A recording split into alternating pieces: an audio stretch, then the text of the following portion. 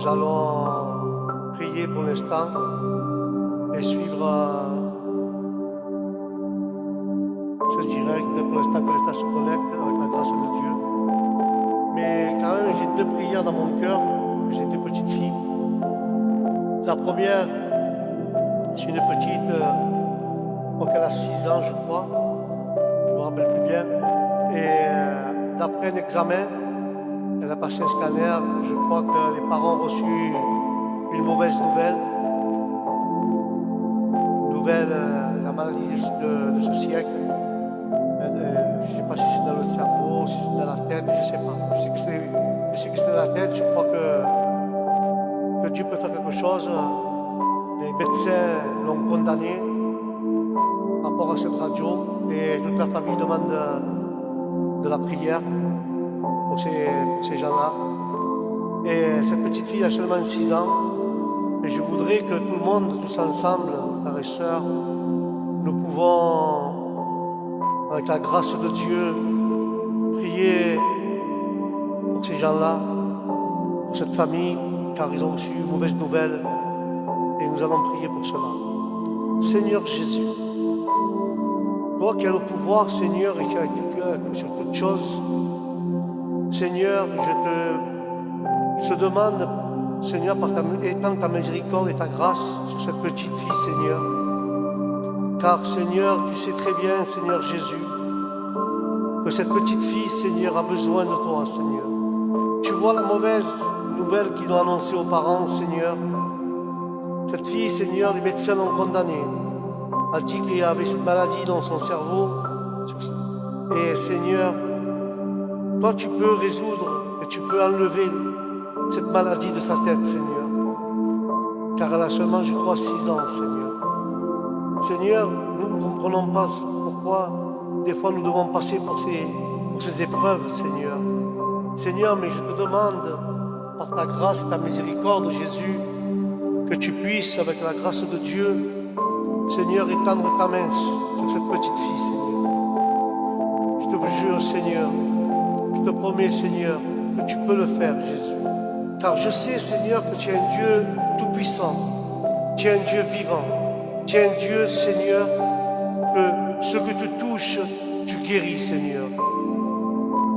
Je t'en supplie, Seigneur Jésus, touche la tête de cette petite fille, Seigneur, son cerveau, et enlève cette maladie d'elle, Seigneur.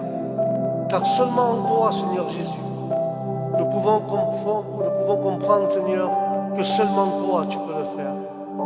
Mais Seigneur, je t'en supplie, que ce soit toi, Seigneur, que ce soit simplement toi, Jésus, qui intervient pour cette petite fille. Combien aussi, Seigneur, donne la patience aux parents qui sont démunis, Seigneur. Ils sont tristes de cette nouvelle, Seigneur.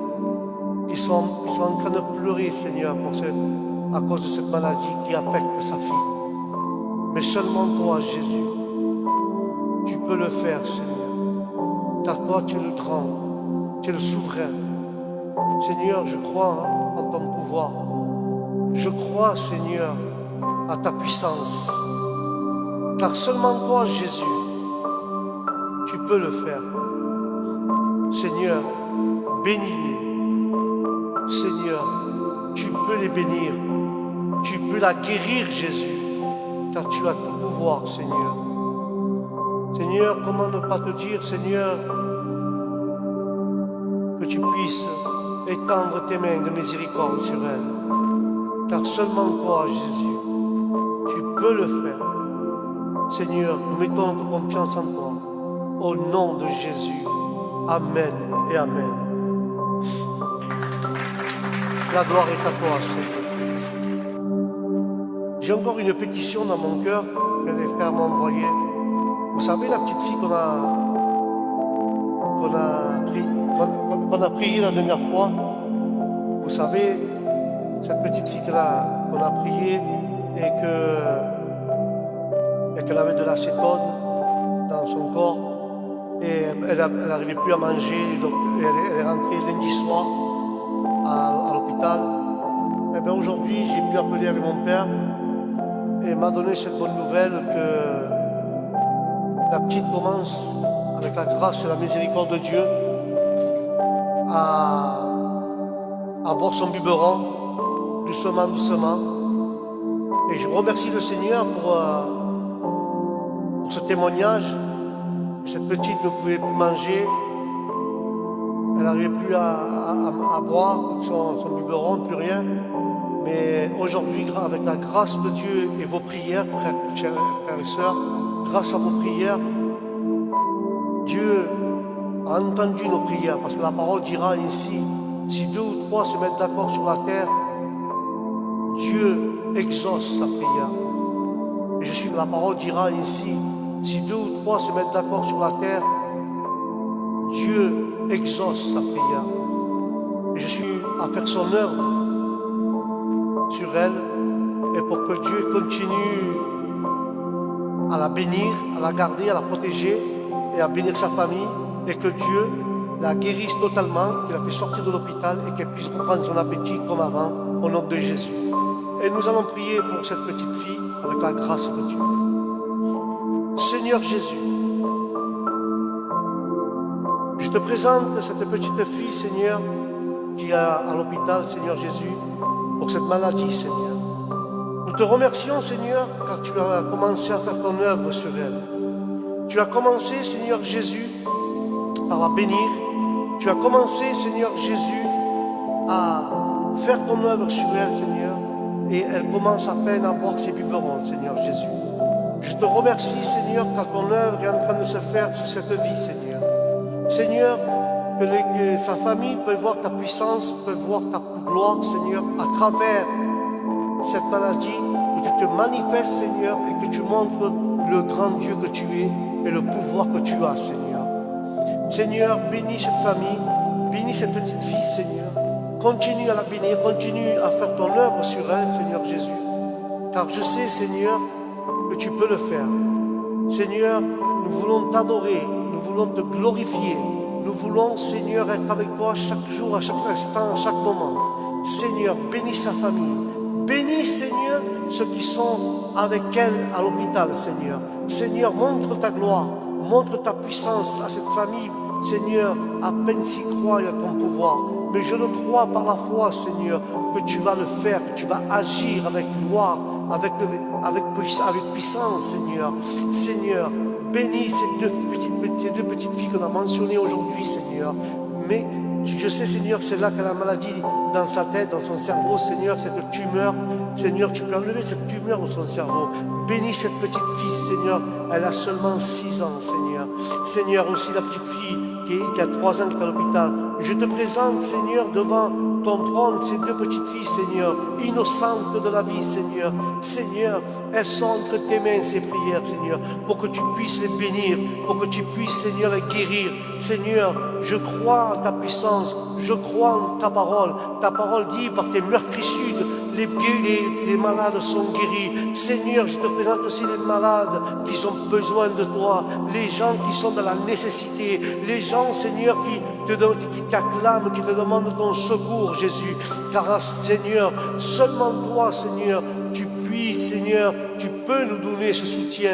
Tu peux nous donner, Seigneur, ce que nous avons vraiment besoin. Seigneur, bénis chaque frère, bénis chaque sœur qui sont derrière cet écran, Seigneur, car seulement toi, tu connais leurs capacités, tu connais leurs pensées, tu connais leurs problèmes, mais seulement toi, Seigneur Jésus, tu peux le faire au nom de Jésus de Nazareth, car toi, tu es un Dieu puissant, tu es un Dieu vivant.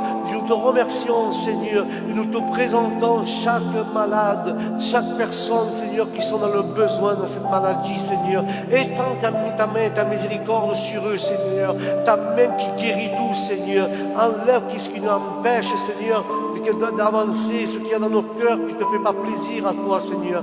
Seigneur, nous voulons vivre avec toi, nous voulons t'adorer en esprit, en vérité, mais seulement, Seigneur, aide-nous à être sincères envers toi. Seigneur, nous voulons, Seigneur, voir ta gloire, Nous voulons voir, Seigneur, tes prodiges. Nous voulons voir, Seigneur, ta puissance à travers les malades. Nous voulons voir que tu guéris. Nous voulons voir que tu relèves à celui-là qui est tombé, que tu restaures à celui-là qui est détruit, Seigneur, car seulement ta parole et seulement toi, Seigneur Jésus, tu peux le faire, car à toi revient l'honneur, la gloire pour les siècles et les siècles, au nom de Jésus de Nazareth.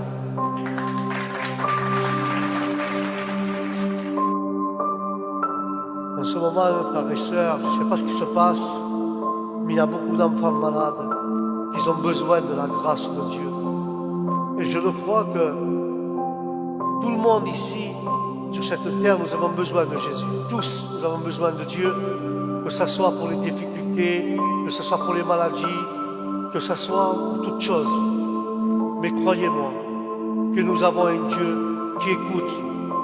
Et comme j'ai dit tout à l'heure, j'ai ces deux petites filles qui sont malades, une qui a 3 ans, qui a de l'acétone, et la petite fille qui a une tumeur dans son cerveau. Elle a 7 ans, et je crois, par la grâce de Dieu, je vous demande, frères et sœurs, ceux qui m'écoutent, de prier pour eux, de prier pour ces deux petites filles qui sont vraiment malades.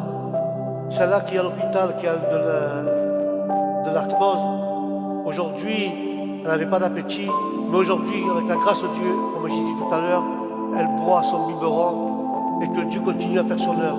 Et la deuxième fille, qui a 7 ans, elle est vraiment malade, elle a une tumeur dans son cerveau, la famille est en pleurs, la famille, elle est là, en train de demander à Dieu, mais je le crois par la foi, que Dieu peut intervenir sur cette petite fille, car Dieu est grand, Dieu est puissant, et nous mettons la confiance sur elle, car seulement en Jésus, tout est possible. Alléluia. N'oubliez pas de mettre ces deux petites filles, s'il vous plaît, en prière. Et aujourd'hui, je voudrais parler quelque chose que nous avons besoin. J'avais prêché à l'église que je suis en ce moment. Et ce que nous souhaitons, nous, les chrétiens, aujourd'hui, même les gens qui ne sont pas chrétiens, ce que nous souhaitons voir aujourd'hui, frères et sœurs, c'est que Dieu, il est notre aide. Dieu, il est notre force. Et à part qu'il est notre aide et notre force, Dieu est aussi notre refuge pour chacun de nous au milieu des afflictions, au milieu des problèmes, au milieu de la maladie, au milieu de toutes choses qu'il peut y avoir sur cette terre, sur les problèmes qu'on peut avoir sur cette vie. Au milieu de tout cela, de toutes les choses de ce monde, Dieu est notre ami, et notre aide, et notre refuge. Si nous avons Dieu avec nous, nous pouvons passer les problèmes, nous pouvons passer les maladies, nous pouvons passer, si c'est le problème que tu as dans ta vie, tu peux le surpasser, mais seulement accroche-toi à Jésus, accroche-toi à sa parole, accroche-toi à la parole de Dieu, car la parole est un refuge pour chacun d'entre nous, au nom de Jésus de Nazareth.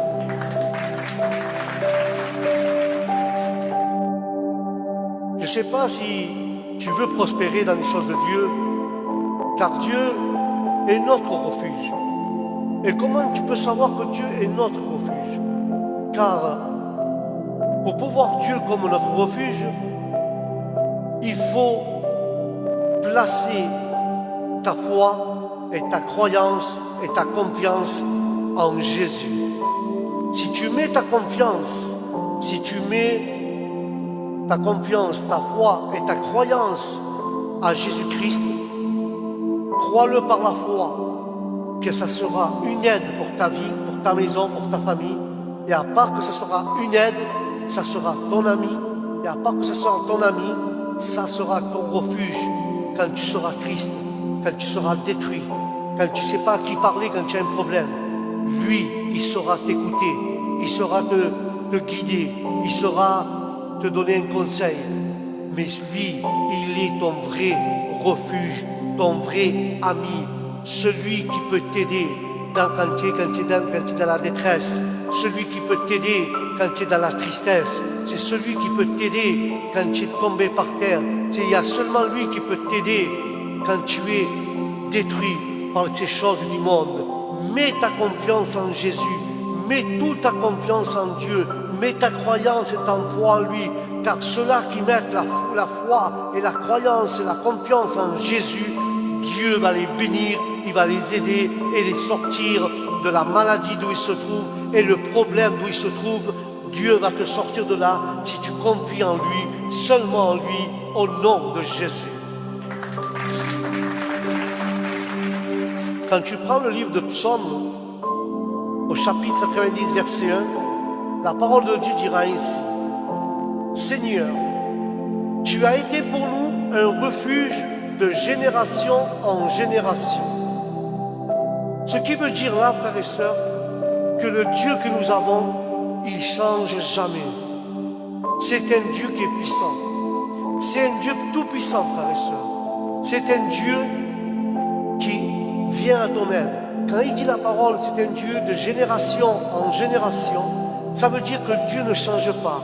Il est le même. Aujourd'hui, il était le même hier, aujourd'hui et pour toujours. C'est un Dieu qui ne change pas. Mais malheureusement, l'humanité change envers Dieu. Un coup, nous aimons Dieu. Un coup, nous ne l'adorons pas. Un coup, à Dieu, nous ne voulons plus savoir rien de lui. Mais laisse-moi te dire quelque chose ce soir. Dieu est un refuge pour chacun d'entre nous, mais à part cela, Dieu veut que tu l'aimes car il est Dieu, pas parce qu'il va te donner quelque chose. Adore-le car il est ton Dieu. Et quand Dieu dit, j'étais un refuge de génération en génération, Dieu était un refuge dans l'Ancien Testament. Dieu était un refuge dans le Nouveau Testament. Mais Dieu est aussi un refuge à l'heure d'aujourd'hui. Quand tu passes par des problèmes d'infirmité, quand tu passes par des problèmes économiques, quand tu passes dans des problèmes de maladie, quand tu passes dans des problèmes dans ta vie, n'oublie pas que Jésus est ton refuge. Tu ne sais pas à qui te tourner quand tu as un problème, mais rentre dans la parole de Dieu. Lis ta parole de Dieu et la parole va te consoler. La parole va te conseiller, car la parole est un refuge pour chacun d'entre nous. Quand nous avons un problème, réfugie-toi dans la parole de Dieu, car seulement la parole te pourra libérer de toutes tes frustrations, de toutes tes peurs, de toutes tes choses. La parole te libère et elle est ton refuge, elle est ta solution à tous tes problèmes au nom de Jésus. Et quand tu prends le livre des psaumes 18.2, il est écrit ainsi: L'Éternel est mon rocher, l'Éternel est mon château, l'Éternel est mon libérateur. Mon Dieu, tu es ma force, je lui ferai confiance, car mon Dieu est mon bouclier et ma force de mon salut, mon haut refuge, le seul, vrai et unique refuge, c'est Dieu. Dieu est notre rocher, Dieu est notre château, le Seigneur est notre libérateur, il est notre force, nous devons mettre notre confiance envers Jésus, car lui, il est notre bouclier, il est notre force pour notre salut, car lui, son refuge, il ne se trouve pas sur terre, son refuge, il se trouve là-haut, dans le ciel. Il est plus haut que les montagnes, il est plus haut que ton problème, il est plus haut que ta maladie, il est plus haut que ta conscience, il est plus haut que tes pensées, il est plus haut que toutes tes choses, car le Seigneur, il est ton refuge. Je ne connais pas ton problème, je ne connais pas ce que tu vis, je ne sais pas ta capacité, je ne sais pas ton problème, je ne sais pas si tu es malade, je ne sais pas si tu manges, si tu n'as pas de l'argent, je ne sais rien, mais laisse-moi te dire que Jésus, lui connaît ton cœur, lui connaît ta vie, et seulement lui, il est ta force. Tu sais pourquoi Jésus se déclare comme ton bouclier? Car le bouclier te protège des attaques du diable. Le bouclier te protège des attaques de ce monde, des attaques de la vie. Car Dieu qui te protège, il est ton bouclier, mais il est aussi ta force. Car la parole te dit, quand je suis faible, c'est là que je suis fort. fort. Que signifie-t-il cette phrase? Cette phrase dans la Bible, elle dit quand je suis faible, je suis fort. Ça veut dire quand je suis faible dans la chair, je suis fort à l'esprit. Alors le bouclier de Dieu, la force de Dieu, Dieu me prêtera sa force pour que je puisse attaquer contre mes problèmes. Car Jésus est mon rocher, Jésus est mon libérateur. Il va me libérer de la dépression. Il va me libérer des problèmes que j'ai de santé. Il va me libérer de toutes choses qu'il y a dans mon cœur. Car seulement Dieu peut me libérer de toutes les chaînes au nom de Jésus de Nazareth. Jésus est le seul qui peut te libérer. Est le seul qui peut te libérer. Tu sais qu'est-ce que c'est un refuge? Un refuge, frères et sœurs, c'est tout simplement un abri pour pouvoir t'abriter. Les gens cherchent toujours des mauvais refuges. On se réfugie sur un médecin quand on est malade. On se réfugie quand on a un gros problème. On va voir les guérisseurs. On se réfugie aux voyants, à une voyante, à un guérisseur, à un sorcier. Il y a des gens qui vont chercher, ils ont des problèmes, des refuges, mais c'est des mauvais refuges. Il y a qui se réfugient dans l'horoscope. Il y a qui se réfugient chez des gourous. Mais le vrai refuge, frères et sœurs, le vrai refuge dans la vie, c'est qui? C'est quoi? À quoi ressemble le vrai refuge qu'il y a dans la Bible? Car le refuge que je te parle, moi, au milieu de tes tribulations, au milieu de tes moments difficiles, au milieu de tes maladies, tu dois connaître et tu dois savoir que le seul refuge au moment de des tribulations, des moments difficiles, le seul refuge que je veux te présenter, c'est celui-là qui s'appelle Jésus de Nazareth. Lui, c'est le véritable refuge pour ton âme et ton esprit au nom de Jésus. Dieu a mis ça dans mon cœur et a mis ce sermon dans mon cœur et je voudrais que tu comprennes ce soir la parole de Dieu. Dieu, pour te l'expliquer ainsi, Dieu est comme un refuge. Dieu, il est mon refuge. Car récemment, frères et sœurs, nous pensons chaque fois de déménager loin de chez nous. Parce qu'il y a beaucoup de gens qui veulent partir des quartiers malfamés, des quartiers où il y a des guerres, des quartiers à risque. Alors là, les gens, ils veulent bien, ils sont très incertains de leur quartier, ils ne sont pas en sécurité, ils veulent déménager et aller plus loin. Mais ces gens-là, dans cette terre, malgré qu'ils veulent déménager, qu'ils veulent aller loin, ils ne trouveront jamais la paix sur cette terre. Les problèmes, tu les auras toujours. Mais ces gens-là, ils veulent déménager parce que leurs quartiers sont malfamés. Ils n'ont pas une bonne réputation. Lorsque nous cherchons une maison, quand nous voulons déménager d'une maison à une autre maison, il y a des gens qui veulent déménager, aller dans un quartier où il n'y a pas de délinquance, un quartier où il n'y a pas de délit. Mais c'est dur, parce que le monde il est comme ça. Tu ne trouveras jamais un quartier où tu pourras trouver la paix, où tu auras un refuge certain, non. Il y a des gens qui veulent habiter à côté des églises, mais les choses de ce monde, tu peux déménager où tu veux, tu peux avoir une belle maison, mais tu ne seras jamais en sécurité. Il y a beaucoup de personnes qui veulent habiter dans un bunker. Mais un bunker, frères et sœurs, c'est une construction souterraine. Ce n'est simplement qu'un abri. Un bunker, il ne te protège pas. Il a des limites. Le seul qui peut te protéger sur les choses de ce monde, c'est pas que tu vas déménager, tu vas aller loin, tu vas être en sécurité, ou te mettre dans un bunker et tu vas être en sécurité. Le seul où tu peux avoir de la sécurité pour toi, pour tes enfants, pour ton âme, pour ton esprit, pour ta famille, c'est seulement Dieu qui peut te donner le vrai abri, le vrai refuge. Seulement Jésus-Christ peut te donner cela. Le livre de Psaume 62, il dira ainsi: en Dieu,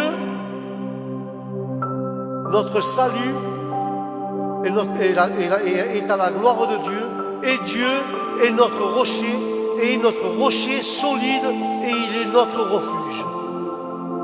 Alléluia. Dieu, il est notre rocher, il est notre refuge, il est tout en même temps. Car tu sais que c'est un refuge. Un refuge, c'est un endroit sûr et calme. C'est pas un endroit que tu te caches et les gens disent: oh, j'ai peur qu'on me trouve, j'ai peur qu'on me dise quoi que ce soit. Mais quand Jésus, tu te réfugies dans la parole de Dieu, la parole te tranquillise, la parole enlève le stress, la parole te rend calme. Tu sais, quand Jésus est dans ta barque, les disciples étaient dans la barque avec Jésus. Mais quand il y avait la tempête qui se levait, la barque commençait à chambouler d'à gauche, à droite, à chavirer. Et les disciples ont réveillé Jésus. Seigneur, réveille-toi, on va mourir, nous allons nous noyer. Mais qu'est-ce qui s'est passé? Quand Jésus s'est levé, il a réprimandé les vents, la tempête et la mer. Et d'un coup, il est venu le calme. De cette même manière, frères et sœurs, de cette même manière, si Jésus est dans ta barque, à travers la prière, réveille Jésus qui est au fond de toi, au fond de ton cœur. Réveille-le, dis: Seigneur, je suis mal, j'ai peur, j'ai une tempête qui vient de se lever dans ma vie. Je te réveille, Seigneur, parce qu'il y a une grosse tempête qui est en train de se lever dans ma vie spirituelle. Mais le Seigneur va se lever à travers ta prière. Il va réprimander le problème, il va réprimander la maladie. Et d'un coup, après la tempête, viendra le calme dans ta barque. Et Jésus sera avec toi dans la barque. Il t'accompagnera sur des eaux paisibles. Et tu verras que Dieu va te donner la solution à tout problème que tu as dans ton cœur, au nom de Jésus. Et je vais te faire une question un peu bête. Je te pose une question simplement. Quel endroit, frères et sœurs, dans quel endroit nous pouvons être en sécurité et protégés au milieu d'une catastrophe? Dis-moi, s'il y a un tremblement de terre, toutes les maisons se cassent, se détruisent, une tempête où la mer sort de ses limites et noie carrément une ville, et un tremblement de terre tout en même temps se détruit. Dis-moi quel endroit au monde sur cette terre, quand il y a une grosse catastrophe, où tu peux être protégé et être mis en sécurité. Il n'y a aucun endroit qui peut te protéger. Il n'y a aucun endroit. S'il y a une catastrophe sur la terre, ou un tremblement de terre, ou une tempête, une tornade, ce que tu veux, une grosse catastrophe sur toute la terre, il n'y a aucun endroit que tu peux être en sécurité et être protégé. Mais le seul endroit qui peut garder ton âme et ton esprit protégé, c'est seulement Jésus. Car un endroit qui nous donne de la sécurité, dans ce monde, il n'y en a pas. Ici, la sécurité est temporaire. Il y a des moments que tu es haut, il y a des moments que tu es bas. Mais aussi, il y a des moments que tu passes par des pleurs, des moments que tu ris. Parce que la Bible dit, il y a un temps pour arracher, un temps pour détruire, un temps pour reconstruire, un temps pour pleurer et un temps pour rire. La vie se compose de plusieurs temps. Alors il n'y a aucun refuge. Il y a un moment donné, Dieu va te protéger. À un moment donné, tu auras un temps que tu vas pleurer. Il y aura un temps que tu vas avoir des problèmes. Il y aura un temps que tu vas passer par des maladies. Dans cette terre, il n'y a pas un temps que tu seras en sécurité. Mais il vaut mieux avoir Jésus dans son cœur. Car le seul qui nous donne de la sécurité, c'est Jésus. Et je veux te le prouver. Car la Bible nous montre à plusieurs reprises que Dieu est notre refuge. Amen. La Bible nous montre cela, frères et sœurs, que Dieu est notre refuge. Je ne sais pas ce que sera le monde, mais je te peux dire quelque chose, que Jésus est notre vrai refuge. Je le sais par expérience, que très vite nous oublions d'aller au véritable refuge au milieu de l'angoisse. Écoute-moi ce que je vais te dire. Des fois, au milieu de l'angoisse, des angoisses, au milieu des choses de cette vie, des fois nous avons de l'angoisse, nous avons un peu de tout, et nous avons des dépressions, et des fois nous oublions le véritable refuge. Car au milieu de l'angoisse, rappelle-toi que Jésus est avec toi si tu le réveilles dans ta barque. Et au milieu de l'angoisse, Jésus est un refuge. Au milieu de ta maladie, Jésus est un refuge. Au milieu de tes dépressions, Jésus est un refuge. Il y a des gens qui boivent pour faire passer la dépression ou l'angoisse. Il y a des gens qui se droguent pour faire passer l'angoisse, le stress. Mais cela ne va pas te mettre en sécurité. La seule personne qui peut passer et te sortir de l'angoisse, te sortir des choses qui te font mal dans ton âme, c'est Jésus. Car Jésus, je te le répète encore une fois, c'est le véritable refuge. Quand tu as un problème, lis ta Bible, car c'est là que Dieu va te parler et va te conseiller. Et seulement la Bible est un refuge pour chacun d'entre nous, pour chaque chrétien, au nom de Jésus. Dans les temps anciens, frères et sœurs, il y avait des villes en Israël appelées des villes de refuge. Ces villes, c'était des endroits où personne ne pouvait se rendre s'ils assassinaient quelqu'un, par erreur, exemple. Le peuple d'Israël, c'est une loi qu'il y avait. S'ils assassinaient quelqu'un, alors le peuple d'Israël avait mis des villes qui servaient de refuge pour les assassins. Car le livre de Nombre 35:6, il est écrit. Il est écrit, c'est pas moi qui l'invente, c'est écrit dans la Bible. Il est écrit ainsi. Parmi les villes que vous donnerez aux Lévites, 6 villes seront un refuge que vous donnerez pour le meurtrier qui puisse s'y réfugier. Et en plus de celle-ci, vous donnerez 42 villes de refuge aux assassins. C'est le peuple d'Israël que Dieu a écrit ça. Vous donnerez aux Lévites. Les Lévites, c'est les gens du peuple de Dieu qui servaient Dieu. Ils avaient comme travail amené les ustensiles de Dieu. Et s'il y avait parmi eux un meurtre qu'ils avaient fait par erreur, alors Dieu, pour pas qu'on les tue, Dieu les avait mis à ces meurtriers. Il avait donné un refuge. Et je vais t'expliquer cela maintenant. Pourquoi Dieu a mis cela? Tu sais, nous les assassins, si quelqu'un tue un garçon, si quelqu'un tue une fille, vous savez, les meurtriers qu'il y a sur cette terre, nous ne pouvons pas les pardonner. Si nous pouvons, nous les tuons, parce qu'il a tué un garçon, il a tué une fille, nous allons les tuer. C'est notre haine. Ah, il a tué une petite fille, ben, je le croise, il ne mérite pas la prison, il mérite lui aussi de mourir. Ok. Mais nous, c'est nous. Mais Jésus, c'est Jésus. C'est pour ça que Dieu dit, vos pensées, ce n'est pas mes pensées. Jésus, lui, protège le meurtrier. Pourquoi il le protège? Parce que Jésus protège les meurtriers, car un meurtrier qui se repentit, Jésus lui donne l'opportunité, qui se repentit de son péché, de ce qu'il a fait. Et Jésus est un refuge pour lui, car Jésus lui donne un refuge pour que cette personne se repentisse, se donne son cœur à Dieu et se sauve et arrive au paradis. Et tu vas me dire, Juan, c'est injuste. Je te le prouve par la Bible. Dans la croix, il y avait Jésus, il y avait 2 voleurs, 2 assassins, un à gauche, un à droite. L'autre de l'autre côté se moquait de Jésus. Il a dit, si tu es vraiment Dieu, décroche-toi de la croix. Il se moquait. Et l'autre qui était à sa droite, lui, il rigolait pas. Il se retourna vers Jésus. Cette personne était un meurtrier. Il était un voleur, un meurtrier, un assassin, tout ce que tu veux. Mais il se retourne vers Jésus et lui dit, Seigneur, quand ton royaume vient, Seigneur, quand ton royaume viendra, rappelle-toi de moi. Et Jésus se retourne. Il a vu un cœur repenti à cet assassin et lui dit, demain tu seras avec moi au paradis. Dieu était son refuge. Et cet homme lui dit à l'autre voleur, il dit, pourquoi te moques-tu de lui? Car lui, il ne mérite pas cela. Nous, oui, nous méritons d'être crucifiés, car nous sommes des assassins, nous sommes des voleurs, mais lui, il est innocent. Il parla de Jésus. Et alors, lui, il a cru en Jésus. Seigneur, rappelle-toi, souviens-toi de moi quand ton royaume va venir. Et Jésus lui promet, il lui dit, tu seras avec moi demain au paradis.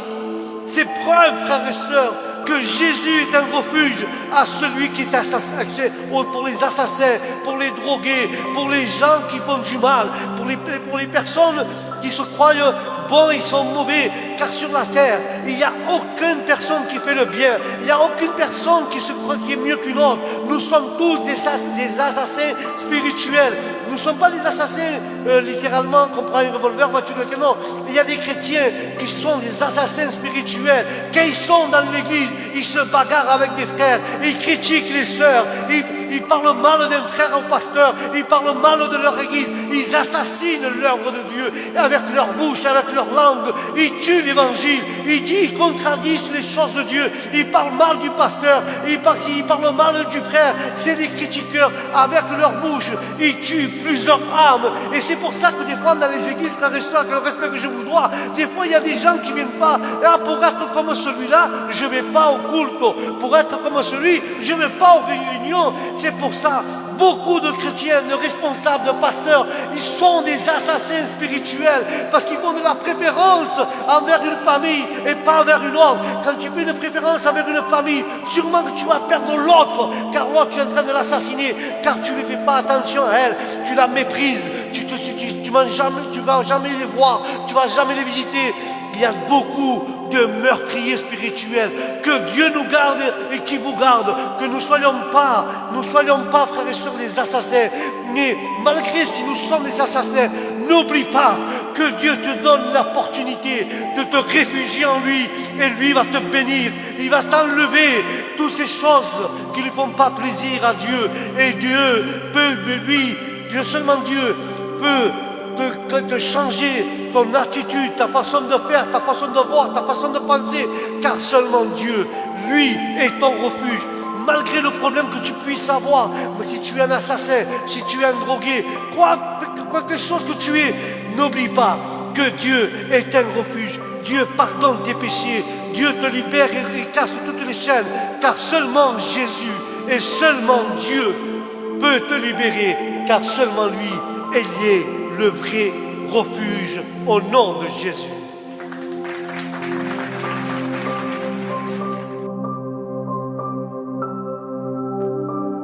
Les gens, frères et sœurs,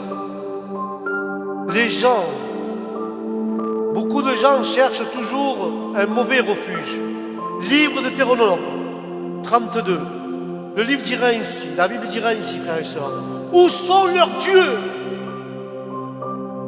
Le rocher dans lequel ils sont réfugiés. Nous tous, lorsque nous voyons l'histoire du peuple d'Israël, nous jugeons très rapidement. Mais la vérité est que nous sommes les mêmes. Nous avons tendance à chercher refuge dans les choses qui ne peuvent pas nous protéger. Nous cherchons les refuges dans les mauvaises choses. Il y a des gens qui cherchent le refuge dans l'alcool, dans la drogue. Comment et dans quelles choses les gens et nous-mêmes nous cherchons. Des fois nous cherchons des choses mauvaises. Mais moi je te dis, tu cherches vraiment un refuge? Tu cherches vraiment un refuge? Je vais te parler d'un refuge moi aujourd'hui. Veux-tu comme refuge Jésus? Si tu veux Jésus comme ton refuge, si tu veux Dieu comme ton refuge, seulement ouvre ton cœur à Dieu et dis-lui, Seigneur, j'ai point de refuge et je veux que tu sois mon refuge. Alléluia.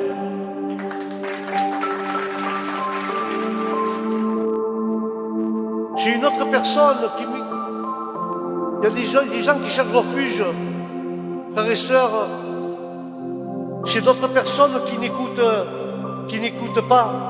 Il y a des gens qui cherchent des refuges dans la prédication ou chez le pasteur, dans l'alcool, dans la drogue, au travail, dans la famille.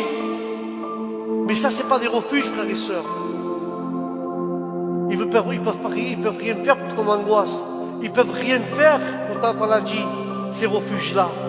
Le pasteur, il peut prier pour toi. Un frère, il peut prier avec toi, jeûner avec toi. Ta famille ne peut pas t'aider.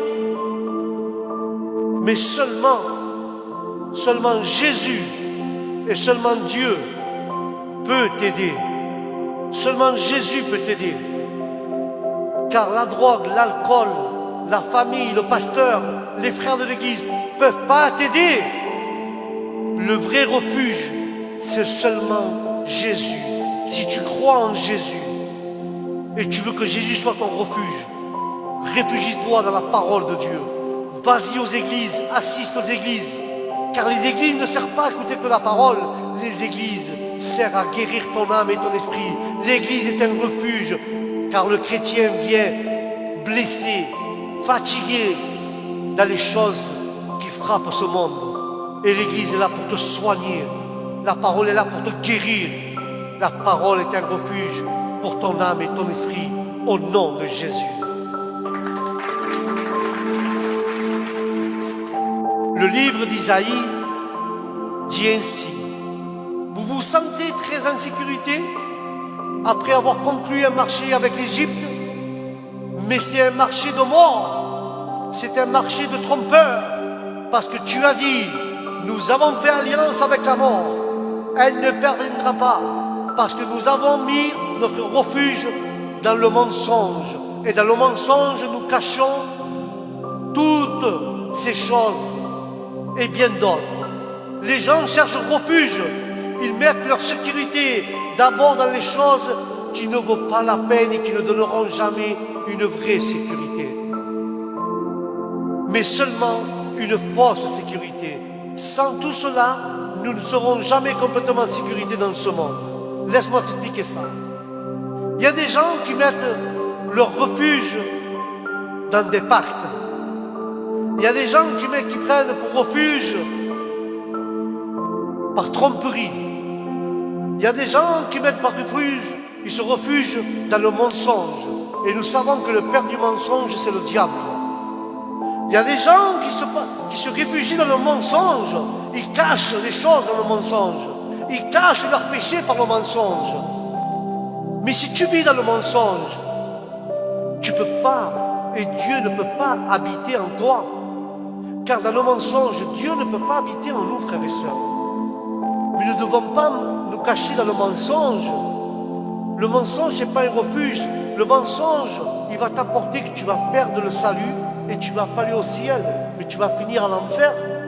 Car le père du mensonge est le diable. Le mensonge, ce n'est pas une sécurité. Le mensonge ne te donne pas la sécurité, frères et sœurs. Le mensonge, au contraire, il va tuer ton âme et ton esprit. Que Dieu réprimande le mensonge. Que Dieu réprimande tout mensonge au nom de Jésus. Mes frères, il y a beaucoup qui se cachent. Ils font la guerre aux églises, la guerre aux pasteurs pour cacher leurs mensonges. Mais tu sais que Dieu découvre le mensonge. Vous savez, frères et sœurs, vous et moi, nous devons nous rappeler que Anne a dit à Dieu dans 1 de Samuel, l'Éternel, Anne elle a dit l'Éternel, car il n'y a personne à part toi. Il n'y a pas de refuge comme notre Dieu, car notre Dieu il est l'unique refuge. Personne ne peut le comparer, personne ne peut nous protéger comme notre Dieu. Car Dieu nous protège et nous devons nous rappeler de cela. Comme elle a dit Anne, Dieu est notre refuge. Dieu protège ma famille. Dieu protège mes enfants. Dieu protège tout ce que j'aime. Car si seulement nous prenons confiance en Dieu et nous restons dans les choses de Dieu, Dieu nous protège de la maladie. Dieu nous protège des attaques du diable. Dieu nous protège des choses qui peuvent arriver sur cette terre. Car nous avons mis notre confiance en Dieu. Et Dieu est l'unique. Il n'y a personne qui peut se comparer à lui.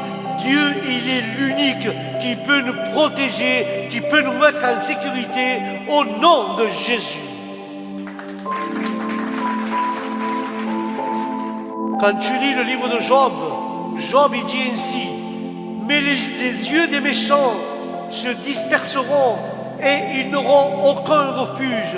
Et son espoir sera de rendre son dernier soupir. Mais les méchants ne pourront pas s'échapper. Leurs yeux vont se fermer doucement, doucement, jusqu'à la mort vienne sur eux. Tu sais qu'est-ce qu'il est en train de dire, Job? Job, il est en train de te dire, si aujourd'hui tu n'as pas donné ton cœur à Dieu comme refuge, tu n'as pas pris le cœur de Dieu, tu n'as pas donné ton cœur à Dieu, et les années passent, tu vas arriver, tu vas être un vieillard, tu vas arriver à un certain âge et tu vas mourir, et quand les yeux vont se fermer doucement, doucement, à l'âge que tu dois partir, rejoindre Dieu, et tu l'as pas accepté comme ton refuge, tu vas vivre dans l'obscurité pour toute la vie, pour l'éternité. Alors, si tu n'as pas de refuge ce soir, si tu veux Dieu comme refuge, tu ne peux pas t'échapper, car tu commences à être vieux, tu prends de l'âge. N'attends pas que la mort soit sur toi. Accepte ton refuge, appelé Jésus. Parce que la parole dit, si nous acceptons Dieu, quand la mort arrivera, la parole dit, seulement nous allons fermer et ouvrir les yeux et nous serons au paradis pour l'éternité avec lui. Ce soir, je te dis, au nom de Jésus, accepte Jésus dans ta vie. Accepte Jésus dans ton cœur. Le temps passe, tu vas vieillir, mais avant que la mort te frappe, accepte Jésus et tu auras la vie éternelle, car seulement Dieu peut te protéger de cela. Tu sais pourquoi je dis ça? L'histoire d'Israël, quand Pharaon avait maudit, il a dit qu'il fallait tuer tous les enfants d'Israël. Il a envoyé la mort envers le peuple d'Israël. Le peuple d'Israël, Moïse a dit, prenez du sang de l'agneau, mangez l'agneau avec ses entrailles et de l'herbe amère. Et à part cela, vous allez peindre les cadres des portes avec le sang de l'agneau. Et la mort, elle ne va pas rentrer dans vos maisons, sinon qu'elle va passer par-dessus. Ça, c'est la Pâque. Ça va passer par-dessus. Si nous acceptons Jésus, écoute-moi bien ce que je dis, c'est très important. Si tu acceptes Jésus comme ton sauveur, si tu acceptes Jésus comme ton maître, comme refuge, quand tu acceptes Jésus, tu acceptes l'agneau de Dieu. Et le sang de Jésus te purifie. Et quand le diable va envoyer la mort sur toi, quand la mort va venir sur toi, elle ne va pas te voir à toi. Elle va voir le sang de Jésus qui est en toi. Et quand la mort va voir le sang de Jésus, que Jésus t'a racheté au prix de son sang, la mort, elle va arriver sur toi, elle ne pourra pas t'entraîner dans le sépulcre, elle ne pourra pas t'entraîner au fond de la terre, dans le gouffre, dans les ténèbres, elle ne pourra pas t'entraîner la mort là-dedans. Tu sais que ça va faire la mort? Quand elle va arriver vers toi, elle va voir Jésus avec toi. Elle va voir que tu es marqué par le sang de l'agneau. Et quand la mort va voir à toi, elle va voir le sang de Jésus en toi. La mort, qu'est-ce qu'elle va faire? La mort, elle va pas rentrer dedans de toi, mais elle va passer par-dessus de toi. La mort va passer par-dessus de toi. C'est pour ça que je te dis, la vie du vrai chrétien, elle n'est pas ici. Tu meurs ici et la vraie vie commence là-haut avec Jésus. Et laisse-moi te dire et t'éclairer avec cela. La mort, quand elle va t'arriver, elle va te dire, mais je ne peux pas le prendre avec moi, je ne peux pas prendre ce chrétien avec moi. Pourquoi tu ne peux pas le prendre? La mort va dire, il est marqué par le sang de l'agneau, il est marqué, il est scellé par le Saint-Esprit, il appartient à Jésus, je ne peux pas le prendre. Alors la mort ne pourra pas te prendre, mais seulement Dieu viendra te chercher avec les tiens, et il t'amènera au paradis avec les tiens, et tu marcheras sur une nuée, et tu arriveras à la maison du Père, et là tu vas embrasser Jésus, tu vas embrasser les tiens et tu diras merci Seigneur, car je suis arrivé là où tu voulais. Car si Dieu te marque par son sang, il n'y a aucun démon, même la mort, pourra te résister. Car si tu es marqué par Dieu, si tu es marqué par le sang de l'agneau, il n'y a pas de mort pour le chrétien. Comme il dit l'apôtre Paul, nous le chrétien, si nous mourons, pour nous c'est un gain pour nous. C'est un gain. Nous gagnons, nous sommes des gagnants. Car la mort, pour nous nous donne une victoire, car nous sommes marqués par l'agneau de Christ. Si tu veux être marqué par l'agneau de Christ, accepte Jésus dans ton cœur, accepte comme refuge, comme protecteur, car si tu es marqué par le sang de l'agneau, la mort ne va pas te toucher, elle va seulement passer comme le peuple d'Israël par-dessus, et tu vas point mourir au nom de Jésus.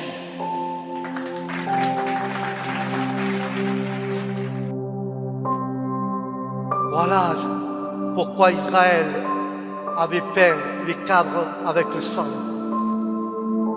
Dieu est notre vrai refuge dans notre vraie vie, car le livre d'Isaïe, il dira, il y aura un abri pour l'ombre de la chaleur du jour et pour refuge et cachette.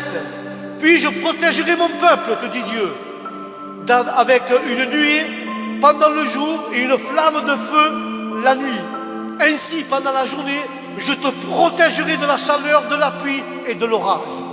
Chaque jour, frères et sœurs, au réveil, nous devons présenter notre jour à Dieu, car un nouveau jour commence pour nous. Remercions Dieu chaque fois que nous nous levons du lit. Quand nous ouvrons nos yeux, nous donnons grâce à Dieu pour avoir donné encore un jour de souffle de vie. On ne sait pas notre journée, quand on se réveille, à quoi elle va ressembler notre journée. Tu vas peut-être avoir des bonnes nouvelles, peut-être tu vas avoir des nouvelles moins bonnes. Je ne sais pas la journée qu'il va avoir, le lendemain ne nous appartient pas. Mais cette vérité est juste pour cela, frères et sœurs. Savoir que Dieu est un refuge, quoi qu'il arrive dans notre vraie vie, quoi qu'il arrive, Dieu est notre refuge, frères et sœurs. Alléluia. Mais, je ne sais pas pourquoi je le dis, mais Dieu veut que nous prenions ce soir une dose de foi, une foi dans notre cœur, une petite dose de foi dans notre cœur, et croire par la foi que Dieu, il est l'unique refuge pour notre vie. Alléluia. Le psaume numéro 9 dira ainsi: le Seigneur sera un refuge pour les pauvres, un refuge pour le temps de détresse. Et il va les délivrer de la détresse. Laisse-moi te dire, juste expliquer ce petit truc. Regarde. Le Seigneur sera un refuge pour les pauvres. Ah ben, je vais t'expliquer pourquoi pauvres. Tu sais, aujourd'hui, il y a des hôtels qui appellent ça des refuges. Alléluia. Et des refuges, tu les payes. Quand tu vas dans un refuge, tu les payes. Que ce soit dans la montagne, tu payes les refuges. Ils ont un prix. Mais Dieu, lui dit, je suis le refuge pour les pauvres. Dieu sait que les pauvres, ils n'ont pas d'argent. Ils ne peuvent pas se payer un refuge. Alors Dieu, gratuitement, lui offre son refuge. Un refuge pour les pauvres. Ils n'ont pas d'argent, ils n'ont rien.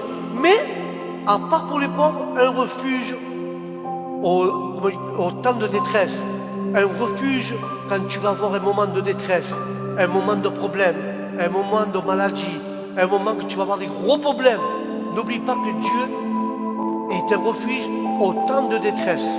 Mais à part au temps de détresse, il va te libérer. C'est le plus beau, c'est ça. Il va te délivrer de la détresse.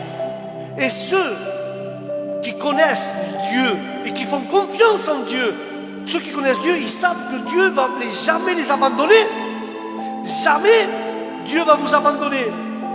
Mais au contraire, Dieu va te chercher une solution pour que tu puisses sortir de cette détresse, pour que tu puisses sortir de cette issue. Car Dieu, à part qu'il est refuge, il est le bon conseiller pour ton âme et pour ton esprit. Amen. Je vais t'expliquer un truc qui vient dans mon cœur, une pensée que j'ai dans mon cœur. Je ne sais pas pourquoi je le dis, peut-être c'est pour quelqu'un qui est derrière l'écran ou pour quelqu'un qui va écouter plus tard. Dieu me montre une personne que tous les soirs il pleure. Je ne sais pas s'il pleure pour sa fille, je ne sais pas s'il pleure pour son fils, ou pour ça, je ne sais pas. Il pleure pour quelqu'un. Quelqu'un qui l'aime vraiment, ça lui fait mal au cœur. Et il pleure le soir. Il ne dit rien à personne, il fait le fort. Ou elle fait la forte, je ne sais pas. Elle fait le fort ou la forte, devant les gens, ils sont forts. Mais le soir, ils sont dans la détresse.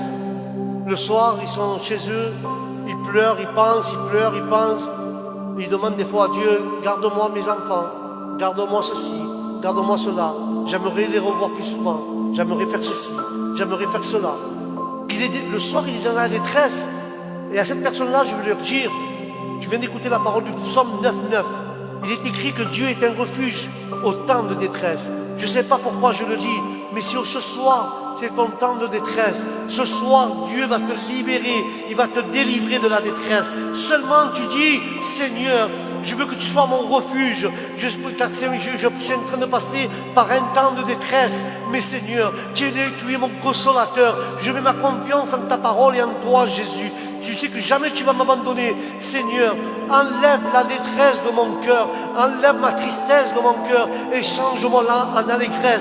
Mais crois-le par la foi. Je ne sais pas, Dieu est en train de te visiter là, à l'instant où je parle. Dieu est en train de te visiter. Dieu est en train d'enlever cette détresse. Il est en train de te délivrer de la détresse. Et tu vas sortir et tu vas sentir un poids qui va s'enlever de ton cœur. Tu vas sentir une chaleur qui va rentrer à ton intérieur. Et maintenant, au nom de Jésus, tes larmes vont commencer à couler. Tu vas commencer à pleurer. Laisse pleurer. Tu pleures, tu ne sais pas pourquoi. Laisse que tes larmes coulent. Laisse que tes larmes nettoient ton âme. Laisse que la main de Dieu rentre à l'intérieur et arrache cette détresse et te délivre. Et là maintenant, tu vas sentir au nom de Jésus. Tu vas sentir à l'intérieur de toi. Maintenant là, tu vas sentir un poids qui s'enlève. Tu le vois maintenant que la main de Dieu est à l'intérieur et le poids de Dieu est en train d'enlever. Frères et sœurs, c'est la détresse que tu es en train de demander. C'est la tristesse la tristesse et l'amertume que tu es en train de voir dans ta tristesse. Et maintenant, Dieu est en train d'apaiser ton cœur. Dieu est en train de calmer ton cœur. Et ce soir, au nom de Jésus, tu vas arriver à dormir. Tu vas bien dormir ce soir. Tu ne vas plus penser à cela, car Dieu est en train de travailler dans ton cœur, dans ton âme et dans ton esprit. Et crois-moi que tu es dans la détresse. La parole de Dieu dira ainsi, un malheureux crie, un malheureux pleure, et Dieu l'entend. Dieu a entendu ta prière. Dieu a entendu tes douleurs. Dieu a vu ce que tu souffres. Et Dieu te dit ce soir, je suis ton refuge, je suis ton Dieu, je suis celui-là qui te fortifie, je suis ton rocher, je suis celui-là qui va te libérer de ta détresse au nom de Jésus. Seulement Dieu peut te libérer, seulement lui, frères et sœurs. Livre des psaumes 28, la parole dira ainsi, l'Éternel est la force de son peuple et le refuge, et il est notre sauveur. L'Éternel est notre force. Il est la force du peuple. Il est le refuge. Et à part de qu'il est notre refuge et notre force, il est notre sauveur. Car lui détruit toute la détresse, toute la tristesse, toute l'amertume. Car au livre des psaumes 32, il dira, tu es mon refuge. Tu me préserveras de l'angoisse. Tu me préserveras de la détresse. Tu es mon refuge et tu me sauveras du danger. Seigneur, tu as vu, frères et sœurs, le Dieu comme il parle à travers la Bible. S'il est notre refuge, lui, il va nous préserver, il va nous protéger et nous garder de ne pas avoir de l'angoisse dans nos cœurs. À part ça, il est notre refuge, mais à part cela, il va nous sauver du danger qu'il peut avoir dans nos vies. À part cela, il nous sauve du danger. Il nous protège de l'angoisse. Il nous délivre de la détresse. Il enlève notre tristesse. Il nous guérit. Il nous restaure. Il nous fortifie. Seulement, si tu as Jésus, dans ton cœur, si tu as Jésus comme sauveur, comme refuge, toutes ces choses que je vais de mentionner, l'angoisse, la détresse, la tristesse, les maladies, le danger, Dieu te sauve et Dieu te protège de tout cela au nom de Jésus. Car il est notre force. Alléluia. Mais à part qu'il est notre refuge, il est notre protecteur contre les ennemis. De quel ennemi tu parles, Juan? Alors je vais te parler des ennemis. Tu peux avoir des frères dans l'église qui se font passer pour des frères et ils te détruisent en te critiquant. Ça peut être un ennemi. Mais à part cela, tu as encore deux ennemis que je vais t'annoncer. Tu as la chair, qui est notre premier ennemi. Tu as le diable, qui est notre second ennemi, mais tu as un ennemi que celui-là, il peut te détruire aussi. Ça peut être la cigarette, ça peut être la drogue, ça peut être l'alcool, ça peut être plusieurs choses. Mais les plus importants, que Dieu nous protège de tous ses ennemis. Parce que ces ennemis-là, ils vont t'amener dans la main du diable et finir à l'enfer. Que Dieu les réprimande. Mais si nous avons Dieu comme refuge, Dieu nous protège contre tous ces ennemis qu'il peut avoir sur la terre.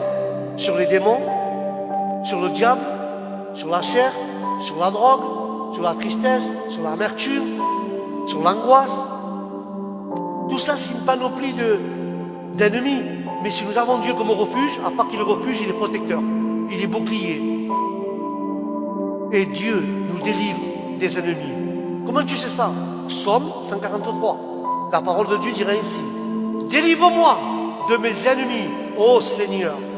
Je me refuge en toi, mon Dieu. Délivre-moi de mes ennemis, car toi, et en toi, je cherche refuge. Alléluia. Seulement, tu vois, c'est simple. C'est David qui écrit ce psaume. David, il dit, Seigneur, délivre-moi de mes ennemis, car toi, tu es mon refuge, et je me réfugie en toi. Frères et sœurs, il y a un temps où il n'y a aucune raison de vivre. Il y a un temps où tu dis, j'ai pas besoin de Dieu, je me protège, ton argent ne va pas te réfugier. Avoir une belle maison avec des vitres blindées, ou une voiture blindée, ou une maison bien blindée, ça ne va pas te protéger, le diable il rentre. Si ce n'est pas les mitraillettes, les balles qui vont rentrer, c'est le diable qui va rentrer chez toi. Point barre. C'est pour ça que David parle de ceci. Nous devons chercher refuge seulement en Dieu. Et David dira plus loin, tu as été un refuge pour les faibles. Les gens qui sont faibles en esprit, tu as été un refuge pour les faibles. Et Seigneur, tu as protégé les faibles. La parole a dit, Seigneur, tu as protégé les faibles. Tu as protégé les pauvres dans leur affliction, dans leur douleur. Car le Seigneur est un abri contre la tempête. Le Seigneur est une ombre qui nous protège de la chaleur. Quand il vient des vents forts, des vents qui soufflent violemment, des problèmes qui se lèvent contre notre vie, eh bien Dieu, lui, est notre abri. Car le livre de Jérémie dit, l'Éternel est ma forteresse. L'Éternel est ma force. Mais à part qu'il est ma force, l'Éternel est mon refuge au temps de la tribulation et des afflictions. Quelle soit la situation que tu passes, quelle soit la situation que tu es en train de passer, soit n'importe laquelle, n'importe quelle situation, rappelle-toi que Dieu est la meilleure option. Car Dieu est ta forteresse. C'est un endroit où nous pouvons être le plus en sécurité, c'est en Jésus. Le plus beau abri et le plus solide abri que je te propose ce soir, c'est Jésus. Car Jésus est notre refuge, il est notre libérateur, il est notre force. Mets-lui ta confiance, car il est ta force, il est ton salut, il est ton refuge, il est ta forteresse, car il est ton sauveur. Alléluia. Jésus seulement, il est ton sauveur, frères et sœurs. Et je vais conclure avec cela. Dieu, il veut te remplir de force. Là où tu ne peux pas accéder, Dieu va te faire passer. Car lui est un refuge éternel. Il n'a pas de date, il ne va pas se périmer. Son refuge, il est éternel. Le Seigneur pour nous, il est un refuge de génération en génération. Il est un rocher de confiance. Car notre Dieu, l'Éternel, est notre refuge. Il est notre Dieu, notre rocher. Il est notre confiance. Dieu est le vrai protecteur. Beaucoup d'hommes dans la Bible ont connu des persécutions, des afflictions, des tribulations, des temps difficiles. Le roi David, si nous devons nous tourner vers le Dieu et savoir que le roi David avait Dieu comme refuge, il nous donne le qui est meilleur pour nous, le Seigneur. Dieu nous donne le meilleur pour nous, que nous puissions être avec Dieu. C'est une vérité, frères et sœurs, qui est nécessaire pour tout chrétien, pour tout homme, pour toute sœur, pour ceux qui confessent que Jésus-Christ est leur Dieu et leur Sauveur. Alors Dieu devient automatiquement un refuge pour leur vie. Mais n'oublie pas, Dieu, il n'est pas un refuge pour un temps, frères et sœurs. Car nous pouvons faire confiance en Dieu. Car Dieu, c'est un endroit sûr. Tu cherches refuge ce soir, n'oublie pas que Jésus est ton refuge dans ta vie quotidienne. Il est ta protection, il est ton refuge. Parce que Dieu, il est digne de confiance. Il n'y a pas meilleur refuge que Dieu, frères et sœurs, pour nos vies. Retire de ta vie tout ce qui fait pas plaisir à Dieu. Et cherche. Ne cherche pas un refuge faux ou un refuge de mensonges. Mais cherche le vrai refuge qui est notre Seigneur Jésus. Cherche-le au milieu de sa parole. Cherche-le au milieu de la prière. Parle à tes amis de ce puissant refuge. Parle à tes entourages ce que la Bible dit de Jésus, qu'il est notre refuge. Et tout le long de l'histoire de la Bible, Dieu s'est montré comme un refuge. Et aujourd'hui, je veux t'appeler avec la grâce de Dieu, je vais faire un appel ce soir. Aujourd'hui, l'appel, il est clair. L'appel que Dieu me met dans mon cœur, c'est que Dieu est notre refuge. Si tu te sens perdu dans ton esprit, dans tes pensées, tu n'as aucun espoir, si tu te sens mal dans ta peau, n'oublie pas que Jésus-Christ est venu mourir sur une croix pour être ton refuge pour toi ce soir et pour nous donner le chemin qui nous mène à la vie. Si seulement ce soir tu veux accepter Jésus comme refuge, tu as des pensées qui sont un peu perdues, tu as tes pensées qui sont troublées et tu as abandonné, peut-être tu as abandonné Dieu pendant un certain moment. Ça fait un certain moment que tu ne vas plus dans les églises, ça fait un certain moment que tu ne pries plus. Je te propose ce soir, si tu veux que je prie pour toi, si les gens veulent que je prie pour eux, si tu peux marquer, si tu es là derrière l'écran, marque Amen, ceux qui veulent que je prie pour eux, marquez seulement Amen sur les commentaires. Et je vais prier pour que Dieu devienne une protection, un refuge pour ta vie. Alléluia.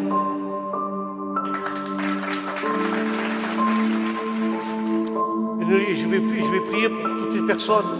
Alléluia. Je vais prier pour les gens qui ont marqué Amen, car ils ont besoin de la grâce de Dieu et que Dieu devienne leur protection et leur refuge. Dieu vous bénisse. Seigneur Jésus, merci Seigneur pour ces quelques frères et sœurs, Seigneur. Mais il y a des frères et des sœurs, Seigneur, qui ont marqué sur leurs commentaires, Seigneur, Amen. Seigneur, je te supplie, Seigneur, je t'invoque, Seigneur Jésus, que tu deviennes leur roi, que tu deviennes leur refuge, que tu leur protèges, Seigneur, que tu sois, Seigneur, leur protection envers toutes choses qu'ils peuvent avoir dans la vie réelle, Seigneur, que ce soit les maladies, que ce soit l'angoisse, que ce soit la dépression, que ce soit, Seigneur, toutes ces choses. Même, Seigneur, s'il y a des gens qui sont perdus, qui ne veulent plus avancer, Seigneur, prête-lui la force, Seigneur, comme tu as prêté à Samson, Seigneur. Seigneur, bénis ceux qui ont marqué Amen, Seigneur. Bénis-les. Et je te dis au nom de Jésus de Nazareth, Seigneur, je t'invoque ce soir, que tu les visites d'une forme spéciale. Seigneur, que tu deviennes leur protecteur, que tu deviennes, Seigneur, leur ami, que tu les protèges, Seigneur, chaque jour dans leur vie quotidienne, que tu sois avec eux à tout moment, Seigneur, car seulement toi, tu peux le faire. Seulement toi, tu peux arriver, Seigneur, à les toucher leur cœur, à toucher leur vie. Seigneur, je t'en supplie au nom de Jésus de Nazareth, que tu aies tant tes mains envers ces frères et sœurs qui ont marqué Amen derrière l'écran. Seigneur, touche leur cœur, bénis-les. Seigneur, je t'en supplie au nom d'Adonai, que maintenant tu remplis leur âme, leur esprit Seigneur, nettoie leur conscience. Ils se sentent perdus, Seigneur. Mais maintenant, Seigneur, manifeste en eux, Seigneur, la joie du salut, la joie que tu as avec eux, Seigneur. Seigneur, qu'ils retrouvent le sourire. Si demain, Seigneur, s'ils ont un problème, que ce problème soit résolu à partir d'aujourd'hui. S'ils sont malades, Seigneur, spirituellement ou charnellement, Seigneur, étends tes mains, Seigneur, et guéris-les au nom de Jésus de Nazareth. Pardonne leurs péchés, nettoie de leurs péchés. Seigneur, ta parole a dit, Seigneur, que tu les marques avec ton sang, Seigneur. Comme ça, Seigneur, même la mort, Seigneur, pas rien contre eux, Seigneur, comme tu as fait pour le peuple d'Israël. Mais Seigneur, bénis ses frères et ses sœurs qui sont vraiment dans le besoin. Bénis-les au nom de Jésus de Nazareth. Seigneur, je te remercie pour chacun d'entre eux. Je te remercie, Seigneur, car seulement toi, tu peux les bénir. Seulement toi, tu peux les sortir de la situation d'où ils se trouvent. Car sans toi, Seigneur, nous ne sommes rien. Merci, Seigneur, car seulement toi, Seigneur, tu vas les rétablir, tu vas les restaurer, tu vas les fortifier. Seigneur, maintenant, Seigneur, tu vas toucher leur cœur, tu vas rentrer en eux, Saint-Esprit va rentrer en eux. Et maintenant, là où tu te trouves, lève tes mains et implore Jésus. Remercie Dieu pour ce soir. Seigneur, je te remercie, car je puis sentir dans mon cœur ta présence. Je puis sentir dans mon âme et dans mon esprit que tu es un refuge pour moi, Seigneur, que tu m'as acheté au prix de ton sang, Seigneur. Seigneur, je t'appartiens corps, âme et esprit. Tu es mon roi, tu es mon sauveur, tu es mon Dieu. Tu es celui, Seigneur, qui est mort pour moi au Golgotha, pour me rendre la vie éternelle. Car avec toi, Seigneur, tu es mon protecteur, tu es ma forteresse. Seigneur, sans toi, je ne peux pas avancer, mais prête-moi la force. Des fois, Seigneur, je me sens abandonné, mais ta parole dit, Seigneur, que jamais tu abandonnes tes enfants, car tu es le vrai Dieu. Tu es le vrai Dieu d'Israël. Tu es celui qui n'abandonne pas les siens. Tu es celui qui est mort pour nous sur la croix. Tu es celui qui nous donne la vie. Tu es celui qui nous donne le refuge, Seigneur. Merci, Seigneur, quand nous passons par les tribulations, Seigneur, tu te trouves chaque fois avec nous pour nous aider. Nous te remercions, Seigneur, car seulement en toi, Seigneur, nous trouvons cette liberté, nous trouvons, Seigneur, cette joie, et seulement en toi, nous trouvons vraiment la paix dans notre âme et dans notre esprit. Merci, Jésus, pour toutes ces choses. Merci, Seigneur, car tu nous as achetés au prix de ton sang. Merci, Seigneur, pour ce sacrifice que tu as fait à la croix. Merci, Jésus, pour chaque frère et soeur que tu as béni. Merci, Seigneur, pour ta parole. Merci, Seigneur, pour chaque malade que tu guéris, pour ces gens-là que tu fais, que tu transformes leur vie. Merci, Jésus, car seulement en toi nous croyons et nous posons notre confiance. Merci, Jésus. Nous ne sommes pas comme tu te remercies, Seigneur. Seigneur, nous te remercions car tu es notre sauveur, car tu es venu nous libérer. Merci, Jésus, de la joie que tu mets dans notre cœur. Merci pour tout, Seigneur. Au nom de Jésus, Amen et Amen. La gloire est à toi. La gloire est à toi. Merci, merci Seigneur.